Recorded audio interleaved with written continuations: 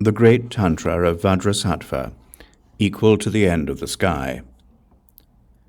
Though it is not our time to die, they prepare to actually eat our flesh and blood. They use fierce and intolerable sorrows to kill us and take our lives. Then we must surely go on to the Vajra needle.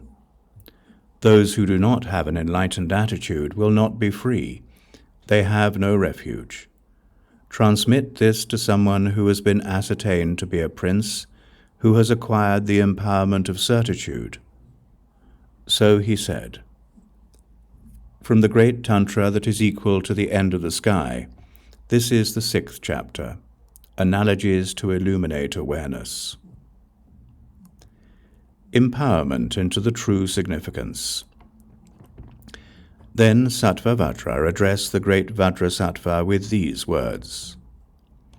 All the Buddhas of the 3 times use magical words and grammar to demonstrate the self-evident presence of great wisdom.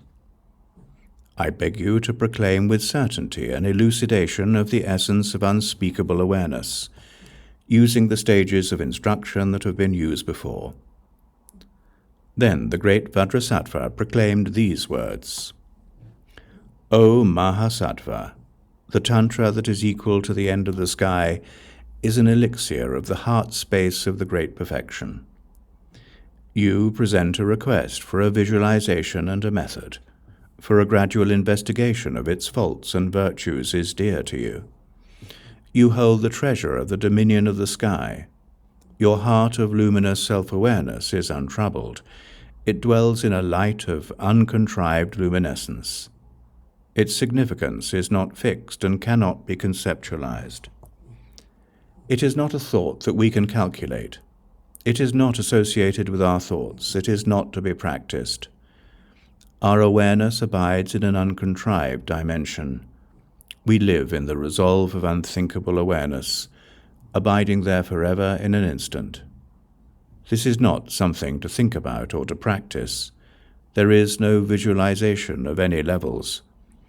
We use the Upadesha for completing a royal investiture and an intellect that does not designate or hold on, to know the heart essence of the wisdom of conceptualization.